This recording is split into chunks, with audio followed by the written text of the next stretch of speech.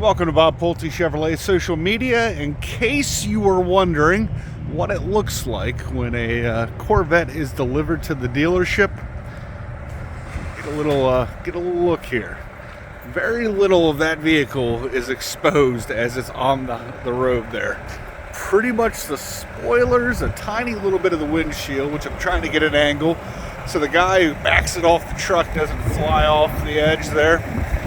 And the wheels.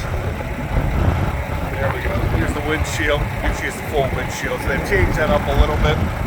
But I do not envy this gentleman here because tiniest mistake will be rather expensive. It's a little different than taking a Trax old Sonic off there.